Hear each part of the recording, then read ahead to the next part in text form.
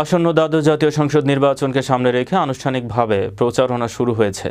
18 December প্রতীক বরাদ্দের মধ্য দিয়ে দেশব্যাপী শুরু হয়েছে আনুষ্ঠানিক নির্বাচনী প্রচারণা।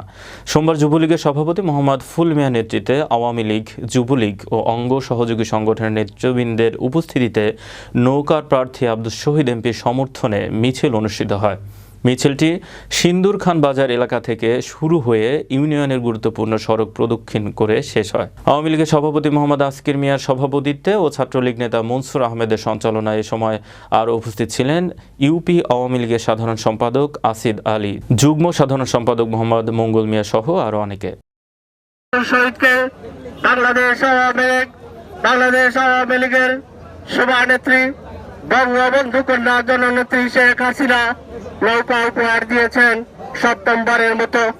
তাই আসুন আমরা সবাই মিলে ঐক্যবদ্ধ হয়ে আবারও সপ্তমবারের মতো এই শ্রীমঙ্গল কমলগঞ্জ থেকে জনাব উপাধ্যক্ষ আব্দুল শহীদকে নির্বাচিত করে জাতীয় সংসদে সংসদ সদস্য হিসাবে আমরা নির্বাচিত করে এই এলাকার উন্নয়ন স্মার্ট বাংলাদেশ গড়ার লক্ষ্যে আমরা আব্দুল শহীদ মাটির মানুষের নেতা আব্দুল শহীদ সাহেবকে আমরা নৌকা মার্কায় ভোট দিয়ে আমরা জয়লাভ করব।